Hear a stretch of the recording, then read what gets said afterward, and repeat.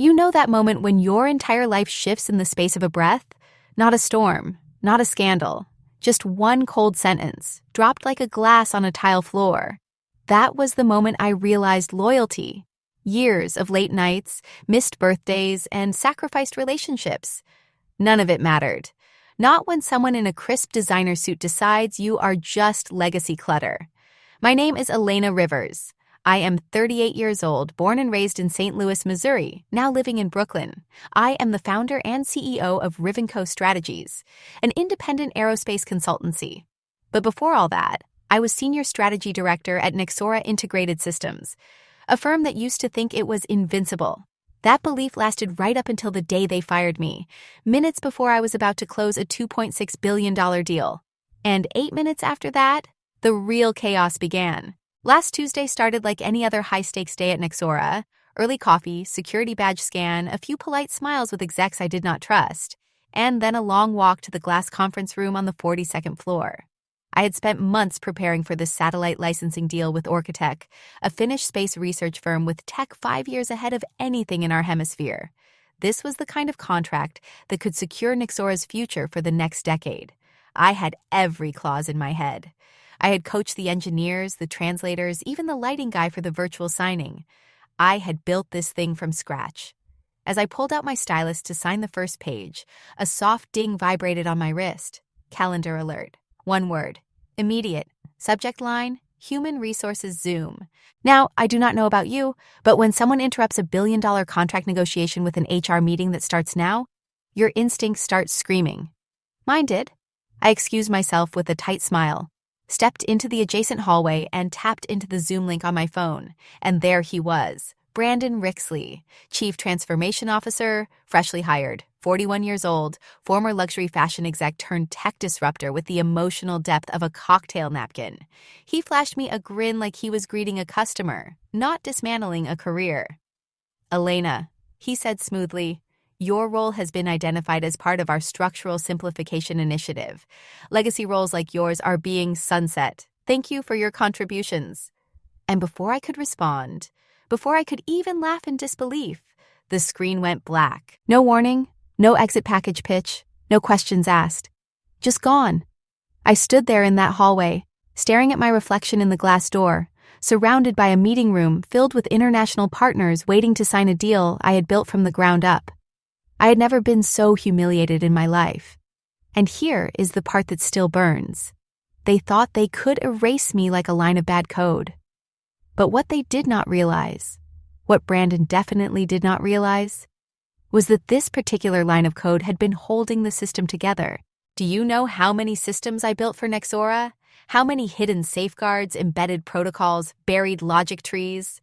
I had designed everything from their secure bidding templates to the contract expiration mechanics on major tier agreements. But that day, Brandon did not see any of that.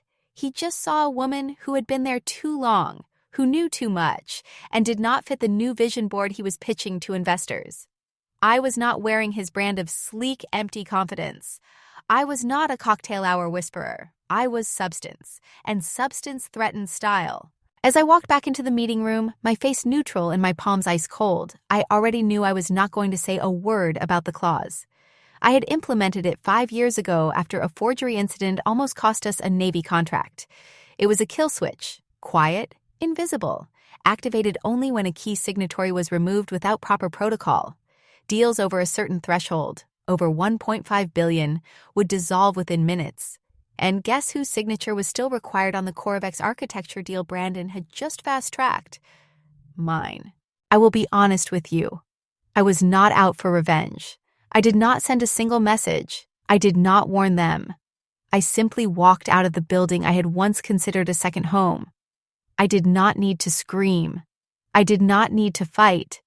Because I knew the system better than they ever would, and it was already counting down. 8 minutes. No signature, no contract, no cover-up, just truth, clean, quiet, undeniable. Let them learn the hard way. Let them see what happens when you rip out the architect and assume the roof will hold. I was not the legacy. I was the foundation. And by the time they realized it, the whole structure had already started to fall. It started in a basement, a cold gray room filled with blueprint racks and old drafting tables, the kind of place where nobody came unless something broke. I was 20 years old, wearing secondhand business shoes and a cardigan with holes in the sleeves, filing structural drawings that nobody had touched in years. Nexora called me a contract intern, but really, I was just cheap labor doing whatever no one else wanted to deal with.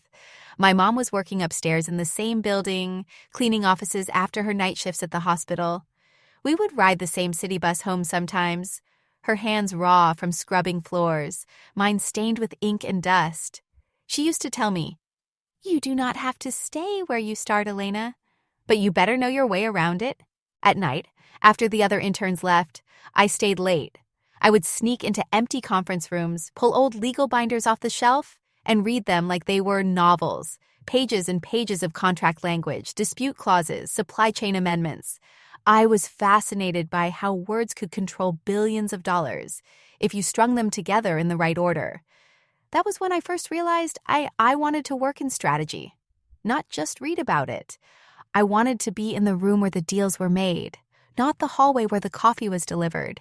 By the time I was 26, I had earned a full-time role managing mid-sized contracts for a division of Nexora that handled aviation software. It was not glamorous work, but it was mine. I made sure we never missed a renewal. I rewrote terms that kept our team safe from litigation. I knew how to speak to engineers in their language and how to calm legal teams in a storm. I was always the one who stayed late. I was the one they called when a vendor tried to pull out at the last second. Slowly, people started to trust me. Not all at once, but enough to move me up a rung at a time. At 33, I was leading the global licensing strategy team. That was the year I rebuilt our entire onboarding system for international partnerships. I worked on deals that spanned 6 continents and handled contracts in 3 languages. There were weeks I slept more in airports than I did in my own bed. I missed weddings. I missed my niece's first birthday. I even signed a software agreement during a flight delay at O'Hare with 1 bar of signal and a portable hotspot balanced on my knee. People kept saying I was married to the company, and maybe they were right. I believed in what we were building. Nexora had grown from a regional systems company into a global tech player, and I was proud to be part of that. What nobody saw was what it cost me. 18 years. That is longer than most people stay in a marriage. I never took more than 4 days off in a row. Not when I got the flu, not when my mom passed away, not when my apartment flooded. I showed up always. I was the one who trained new directors, the one who smoothed things over when legal and sales could not see eye to eye. I had built roadmaps, risk matrices, escalation ladders, all from scratch. And I never asked for praise. Just a seat at the table. That was all I ever wanted. So, when Brandon Rixley looked at me across a screen and called my role Legacy, I felt something twist in my chest. Legacy? As if I were a museum piece, as if I had been sitting around collecting dust instead of holding together billion-dollar infrastructure with nothing but spreadsheets, institutional memory, and stubborn willpower. He used the word like it was garbage, something to throw out during spring cleaning. But to me, it meant everything I had fought for. Every contract, every sleepless night, every line of fine print I rewrote to protect people he had never even met. And the worst part? It was not personal to him. I could see it in his face. I was just another checkbox on a reorg spreadsheet, another salary line item to eliminate so he could impress the board with how lean he had made the company. He never knew my name before the Zoom call, and I promise you, he had forgotten it by the end. But I remembered his. And I remembered every system I had touched in the last 18 years.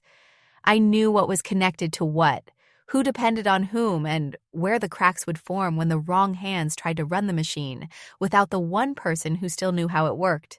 That was the moment the story changed for me. I stopped feeling hurt. I stopped wondering what I had done wrong. And I started seeing clearly.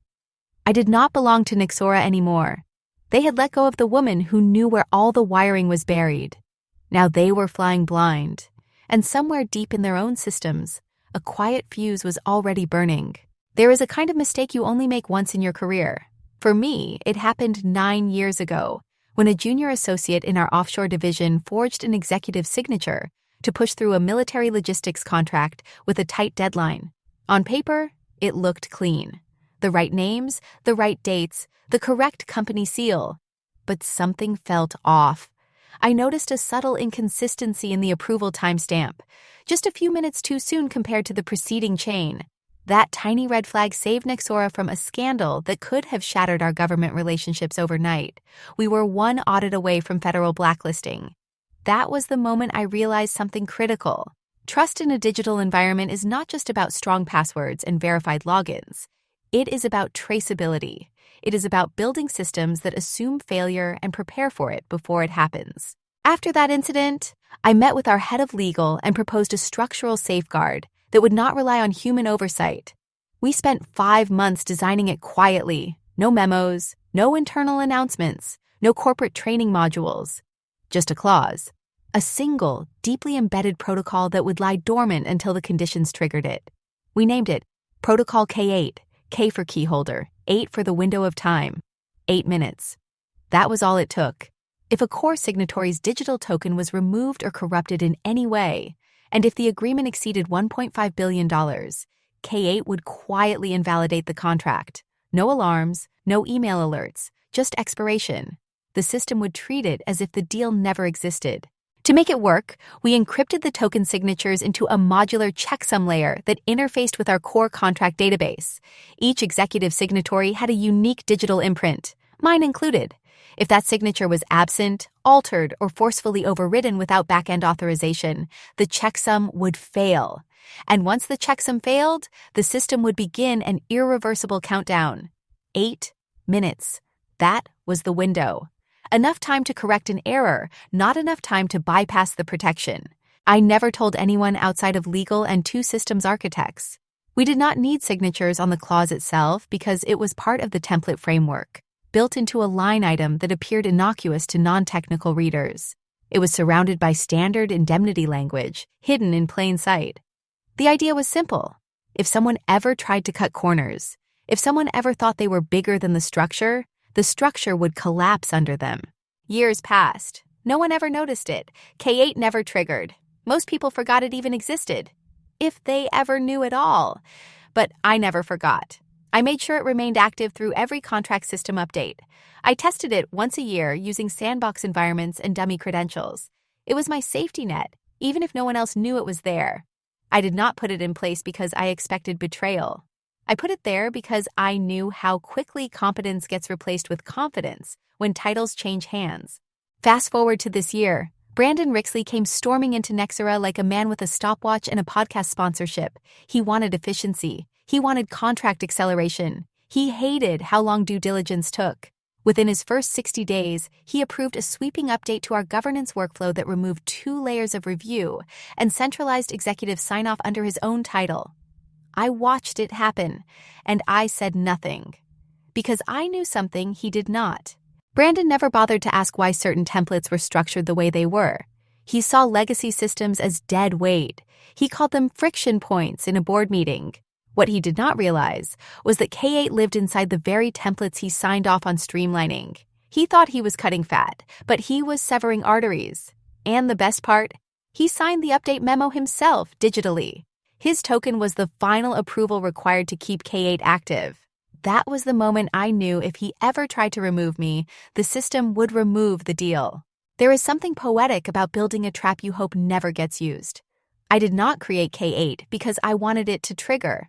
I created it because I wanted everyone to be safe, even the arrogant ones, even the ones who thought they were smarter than the code. But when Brandon removed me from the equation, he triggered the one safeguard he could not see. And by the time he realized it, 8 minutes would be all he had left. Brandon Rixley was not built for a company like Nexora. He was the kind of executive who belonged on a stage at a product launch, waving his arms and throwing out words like velocity, agility, and next-gen disruption. He came from luxury retail, handbags, subscription models, lifestyle branding. His previous company sold $500 tech backpacks with built-in speakers. I wish I was kidding. He looked good in a suit.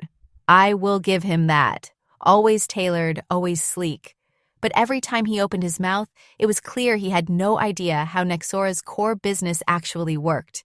He could name the buzzwords, but not the infrastructure behind them. Nexora is not a consumer-facing brand.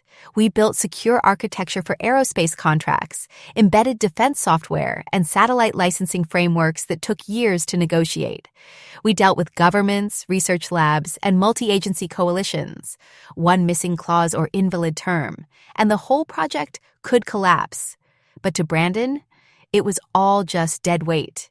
He saw contract negotiations as obstacles. He once said in a meeting, "We need less legal, more launch." That was the moment I knew he was dangerous.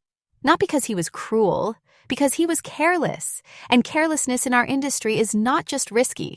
It is catastrophic. He saw me as part of the old guard, too meticulous, too slow.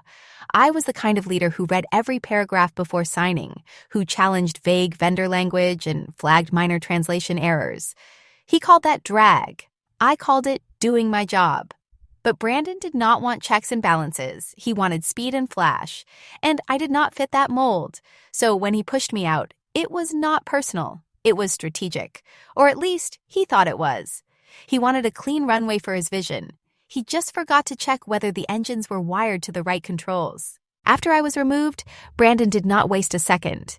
He stepped into my shoes like they were his all along and took charge of a major initiative I had been guiding for nearly a year. A high-stakes $7.4 billion orbital defense project with CoreVex, a Dutch-Korean joint venture with serious influence in NATO-aligned aerospace development. That deal was the most sensitive partnership we had in the pipeline. Multiple nations, dual encryption protocols, time zone signing cycles. I had coordinated that project across 7 legal teams, 2 continents, and 5 different compliance frameworks. And it was almost ready. Almost. What Brandon did not know, what he never bothered to ask, was that the CoreVex deal still depended on my embedded signature token. Not a scribble, not a line on a document, a digital fingerprint buried in the logic of the contract system itself. It was the final key that verified the structural validity of all high-value agreements. Without it, K8 would trigger. And the moment he cut me out of the system, the moment he removed my name from the architecture, the clock on that key started ticking. He thought removing me was cleaning house. He told another director in a Slack message I later saw that I was a formality who had gotten too attached to red tape. What he could not see was that my so-called red tape was the only thing keeping the walls from collapsing. He believed process was the enemy of progress. I believe ignoring process is what turns progress into chaos. And now, chaos was exactly what he had invited in. He had the confidence of someone who had never seen a deal fall apart from the inside, never had to explain to a foreign partner why a compliance glitch erased months of work, never had to hold a legal line while political pressure mounted from 3 directions. Brandon had never been in the trenches. He had only ever flown above them. But the CoreVex deal was not built for flight without ground control, and I was ground control, whether he liked it or not. I watched quietly from the outside as he smiled in press briefings and mentioned timelines and innovation goals, unaware that the very deal he was celebrating had a live fuse buried deep in its foundation. That fuse was Protocol K8, and he had already lit it the moment he erased my access. He was too arrogant to realize the danger, too proud to ask the right questions, and too late to stop what was already in motion. 90 seconds. That was all it took. Just a minute and a half after Brandon ended our call, I heard the soft ping from my backup system. It was not dramatic, not loud, just a quiet tone I had programmed years ago, one that only triggered under one condition: unauthorized removal of a core signatory from a live high-value contract. I stared at the notification on my phone, and my heart did not race. I did not panic. I simply read the line of code like I had 100 times before. Protocol K8 has been activated, initiating expiration countdown, 8 minutes remaining. That was it. 8 minutes. That was the window they had to correct their mistake, if they even noticed in time. But I already knew they would not. They had no idea K8 existed. No one in Brandon's circle had access to the legacy frameworks I built. He had gutted the review board last quarter, replaced experienced leads with younger faces who could move fast and speak fluent jargon. They were good people, just not trained to understand the layers underneath the system they inherited. To them, it all looked clean and efficient. but they had never seen what happened when you deleted a name that held everything in place. I opened my laptop, logged into my private inbox, and saw the email that would seal the deal. It had been forwarded to me by an old friend who still worked in international compliance. The subject line read, "Framework Cleanup." Inside was a message from Brandon to another executive, written less than an hour after I had been fired. It said, "Elena was a formality. We need to clean out her outdated frameworks ASAP. Half the stuff she built is overly complicated. It is slowing us down." I read that line 3 times, not because I was shocked, but because of how familiar it sounded. I had heard people like Brandon say things like that before. But this time, it hit differently. It was not just disrespect. It was dismissal. After 18 years, after hundreds of contracts and billions of dollars saved, I had been reduced to a name on a cleanup list, a formality. That word stayed with me. They wanted to erase me. They wanted to sweep the floor and pretend I had never been there. And in doing so, they triggered the one thing I had designed to protect the company from itself. I closed the laptop gently, sat back in my chair, and let the silence fill the room. There is a strange power in knowing exactly what is about to happen, while everyone else is still pretending they are in control. I did not call anyone. I did not send a message to legal or try to warn a former colleague. That was not my job anymore. They made that clear, and if they wanted the future without me, then they would get the full experience, because the CoreVex deal was now locked in countdown mode. 8 minutes from deletion, not delayed, not paused, gone. Once K8 expired, the contract would invalidate itself across all mirrored systems. Nexora's copy, CoreVex's copy, even the blockchain-verified version shared through our secure cloud bridge. Every copy would flag as incomplete, unsigned, and non-binding. This was not revenge. I need to be clear about that. I did not activate K8. They did. They gave the order. They removed the key holder. The system simply followed the logic I had programmed to protect our clients. That it also protected me. That was just the part Brandon did not anticipate. He thought he was erasing a file. What he was really doing was pulling the last thread in a very tightly woven net. And once it unraveled, there was no putting it back. The clock was still running. At this point, they probably still had no idea. Maybe they were in a meeting right then, prepping for the public announcement. Maybe Brandon was sipping his second espresso of the day, feeling proud of the speech he was going to give about efficiency and transformation. I almost smiled. Because while he was talking about momentum, the most important deal of his career was dissolving underneath him, bite by bite, quietly, perfectly, just like I designed it. And that was the moment I stopped being angry. I stopped feeling betrayed. I just sat in the stillness and let the system do what it was built to do. Not punish, not sabotage, just correct the record. If they wanted to delete me, then they could also deal with what came after. Because some legacies are not written in stone. They are written in code. And mine had just spoken for itself. At exactly 6 minutes into the countdown, Nexora's internal system started to blink red. First, it was just a checksum failure, a silent system log that most executives would never see. But buried deep in the contract backend, it triggered a cascade.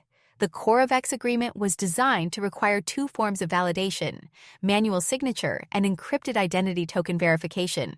Without mine, the system could not process the multi-signature layer. That failure set off Protocol K8. It voided the deal instantly, not partially, not temporarily, fully. The contract dissolved from the server like it had never existed. The first people to notice were not at Nexora. They were at CoreVex. Their lawyers had been running a mirrored security audit on the contract when the token breach notification hit their compliance team. From their perspective, it looked like Nexora had removed a critical signatory without approval and then tried to push the deal forward anyway. Within 30 minutes, I heard that CoreVex Legal had held an emergency meeting with their executive board. Their risk assessment team declared the contract compromised. By the time Nexora's finance group even realized something was wrong, CoreVex had already pulled out. I was not surprised when the official statement came out later that day. I read it over a cup of coffee while the news broke across every major defense industry blog. CoreVex's release was sharp, factual, and devastating. They cited an integrity infrastructure failure and confirmed that all licensing talks with Nexora were suspended indefinitely. They did not name Brandon, but anyone familiar with the deal knew exactly who they were referring to. That statement alone sent a wave through the markets. Within hours, Nexora's stock price dropped by 14%, and that was just the beginning. By late afternoon, Nexora's internal audit team had activated what they call a Tier 1 fail-safe review. It is rare, usually reserved for data breaches or executive-level fraud investigations. Brandon's access was immediately restricted, not limited, revoked. His login credentials were shut down, and his admin permissions were frozen across all platforms. He was escorted out of the building by a member of the corporate security team, not because he had committed a crime, but because the board could not afford another mistake. Not with their most valuable international deal dead in the water. I heard about it through a friend still on the strategy team. She called me in a whisper that night, her voice shaky and confused. Elena, they are saying it was a system malfunction, but I saw the logs. The trigger was tied to your token. Did you do something? I just told her the truth. No, I did nothing. The system did exactly what it was designed to do. She was quiet for a moment, and then she said, "They should have never let you go."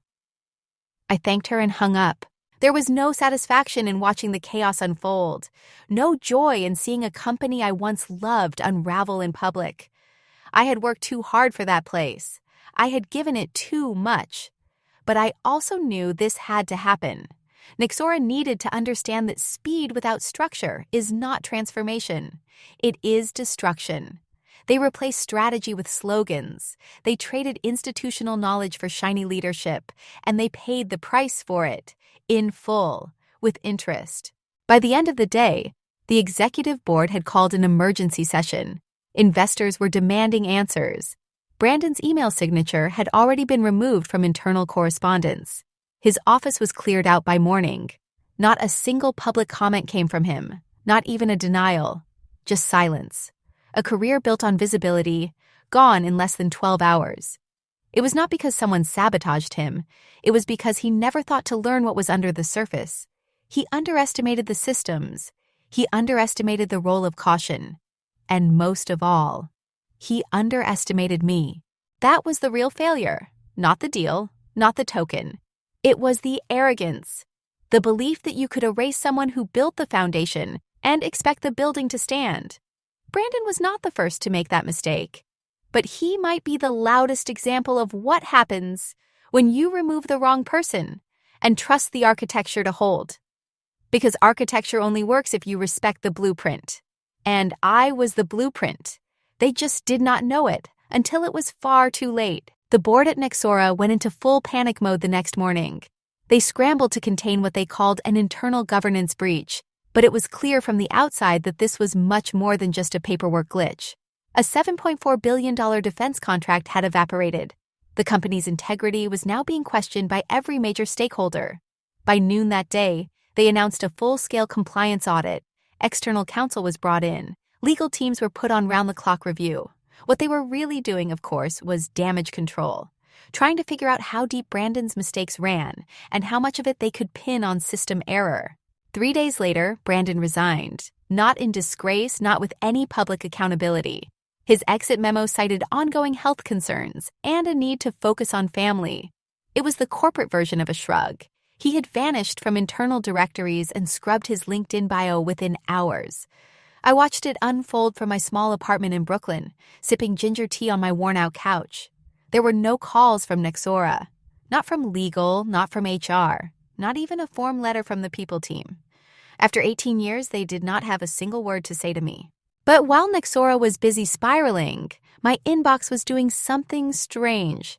It started slow, 1 or 2 messages on LinkedIn, then 5, then 30. Some were short, simple thank yous.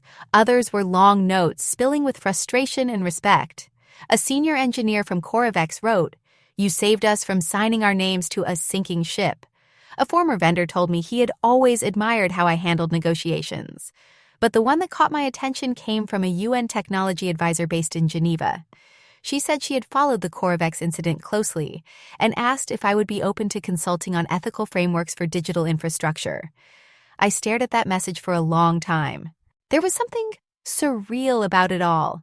For years, I had operated in the background, rarely the face of a project, never the one on stage. My name was buried in contracts and metadata. Now suddenly, people who had never spoken to me directly were treating me like a legend. And yet, Nexora, the company I had helped stabilize through 4 global expansions, had not even acknowledged my exit. Not a single public correction, not a whisper of accountability for the way they erased me. That silence said everything I needed to know. The investor call that week was a disaster. I did not listen live, but I got the recap through friends who still worked on the operations floor. One board member tried to spin the CoreVex fallout as a temporary market disruption. Another hinted that Nexora was restructuring its security approach. But when the Q&A opened, the questions got sharper. Was the multi-billion-dollar failure a direct result of removing Elena Rivers? Did the board understand the function of K8 prior to her departure? Is Nexora prepared for additional contract reversals? There were no good answers, just hedges and promises to review internal workflows. What struck me most was how quickly people shifted their tone. Some of the same executives who had dismissed my risk warnings just months ago were now referencing legacy compliance architecture like it was gospel. Suddenly, everyone was a believer in frameworks they had once ignored. That is the thing about failure. It forces people to look backwards and pretend they always understood the path they never respected. I did not feel vindicated. Not exactly. But I did feel something settle in me. For the first time in years, I had space to breathe. No back-to-back calls, no last-minute legal revisions. Just the quiet hum of the city below and the steady stream of messages from people who saw what I had built and knew it mattered. The strange part was, I had no job, no title, no company badge, but somehow I had more power than I ever did while sitting in a boardroom. I answered the UN advisor. I said I would be happy to talk, not because I needed the work, but because the idea of building something new, something grounded in trust, not just profit, felt worth exploring. That night, I closed my laptop, stood by the window, and watched the lights flicker across Manhattan. Nexora was unraveling, but I was just getting started. 3 weeks after the CoreVex collapse, I got a call I never expected. It was early afternoon. I had just returned from a walk in Prospect Park when my phone rang. Unknown number. I almost let it go to voicemail, but something told me to answer. On the other end was a clear, calm voice that carried both strength and purpose. Elena, this is Livia Yoon, co-founder of CoreVex, she said. I have been following the sequence of events, and I wanted to speak to you directly. She was not calling to express sympathy or to ask for background. She already knew everything. She said, "Your protocol was brilliant. K8 was a masterstroke in digital risk strategy. I want to work with you. No middleman, no corporate leash." I was silent for a moment, not because I was unsure, but because it had been a long time since someone in real power spoke to me with that much clarity and respect. Livia got straight to the point. "We have cleared our internal architecture. The Nexora deal is dead, but our vision is not. We want to rebuild the orbital defense framework, and we want you to lead it under your own terms." She offered a $1.4 billion strategic leadership contract, routed through my own firm if I had one. At that moment, Rivenco Strategies was still a name on a notepad and a half-finished logo in Canva. But I said, yes, I do have a firm. Because now I did. Over the next 5 days, I worked out of my apartment, barely sleeping, building out the legal structure for Rivenco. I called in 3 trusted contacts, people I had worked with for years but never had a reason to hire before. A cloud security architect, a regulatory strategist, and a defense integration consultant. We worked off laptops and coffee mugs, and by the end of the week, we had a framework ready. I called Livia back and said, "We are prepared, but I want to renegotiate." There was a pause, and then she laughed. "I was hoping you would say that." I did not just want a contract. I wanted equity in the outcome. The original offer was $1.4 billion. I countered at $1.9 billion, with structured profit-sharing linked to orbital tech deployment across 18 nations. It was a bold ask, and I knew it. But Livia did not blink. She reviewed the revised terms and called me back within 12 hours. "We are in," she said. "I prefer building with people who know their worth." That one sentence hit harder than any speech I ever heard in a Nexora boardroom. By week 3, I had a legal team, an operations lead, and our first full systems design underway. Riven Co. was born, not as a spin-off, not as a salvage job, but as a clean slate. The CoreVex project was now our flagship initiative, and we would be working directly with satellite deployment teams from Seoul, Amsterdam, Nairobi, and Brasilia. It was no longer about the code. It was about the structure, the trust, and the values baked into every contract. And the difference? This time my name was not buried. It was at the top of every page. People started noticing. Former Nexora employees who had been laid off reached out, asking if I was hiring. A defense news outlet ran a piece titled, "The Woman Who Crashed Nexora, Now Leading the Future of Orbital Trust." That made me laugh out loud. I never set out to crash anything. I just protected what I built. And now, I was building something better. Not with corporate ego or jargon-filled meetings, but with real people, real goals, and accountability that did not vanish when the market dipped. I sat on my rooftop that night, the city lights below, and thought about how fast things had changed. Less than a month ago, I was just a name scrubbed from a server. Now I was leading a project that could define the next decade of global defense tech. It felt unreal, but it also felt earned. This was not a comeback fueled by revenge. It was built on the quiet certainty that I never needed Nexora to validate me. I just needed them out of the way. Rivenco started from a 2-room loft on the 10th floor of a co-working space in Lower Manhattan. It was nothing fancy, just exposed brick, a sticky elevator, and a view of scaffolding across the street. But it was mine. There was no corporate logo behind the glass, no PR firm drafting our mission statement.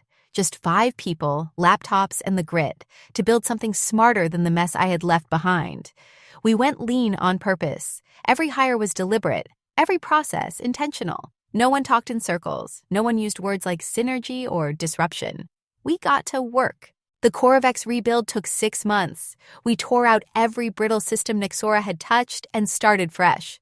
We designed protocols for satellite authorization, verification tokens, and multi-nation encryption channels, all without a single security breach. Engineers from Seoul and Amsterdam flew in to collaborate in real time. We used real language, not legal fog. Our contracts were readable. Our audits were public. It was everything Nexora never was. By the time we signed the final rollout, the deal valuation had ballooned from $1.9 billion to $7.8 billion, and this time, the paperwork had my signature on page 1, in permanent ink. But success was not the point. Ownership was. For years, I had watched other people take credit for my labor. I had watched my work folded into decks, passed off in meetings, sold to clients without my name even mentioned. So the first thing I did, once the funding was locked and payroll was steady, was start a grant. I called it the Nina Rivers Scholarship, named after my mother. She cleaned hospital floors 6 nights a week while I stayed up teaching myself Python from library books. She never learned what orbital tech was, but she believed in my future before anyone else saw value in me. The Nina Rivers Scholarship was simple, $50,000 per year for 5 women pursuing degrees in digital law, with mentorship from practicing tech attorneys. No strings, no essay contests, just opportunity. The applications poured in. Some were first-generation immigrants. Some had left abusive homes. One woman said she wanted to work in AI compliance because her mother's medical records had been breached. I read every one. I cried at more than a few, and I funded all of them. Because I could. Because I remembered what it felt like to ask for permission and be told no. At Rivenco, we set rules that matched our values. Meetings started on time and ended on time. No one worked past 6 unless they chose to. We offered paid mental health days and let people bring their kids into the office if school closed. I did not do it to look good. I did it because I had lived the opposite for far too long. I knew what it felt like to be the only woman in a room of men explaining your own invention. I knew what it was like to be called emotional for defending your work. So I created the kind of company I had always needed. And then I made sure we documented how we did it, so others could do the same. The media took notice, not in the flashy way, not right away, but one article led to another. a podcast interview here, a panel discussion there. Suddenly, my inbox was full of founders, lawyers, engineers, most of them women, asking how I had done it. I told them the truth. I did not wait for permission. I stopped asking for validation. I left the room where I was being tolerated and built one where I was needed. One night, I sat on my rooftop again, this time holding a thick envelope. Inside was a photo of the first Nina Rivers scholar, standing in front of her law school with her mother. Handwritten on the back were 5 words. "Thank you for seeing me." I stared at it for a long time. The skyline shimmered behind me. Somewhere below, someone else was probably losing her job over a decision made in a closed-door meeting.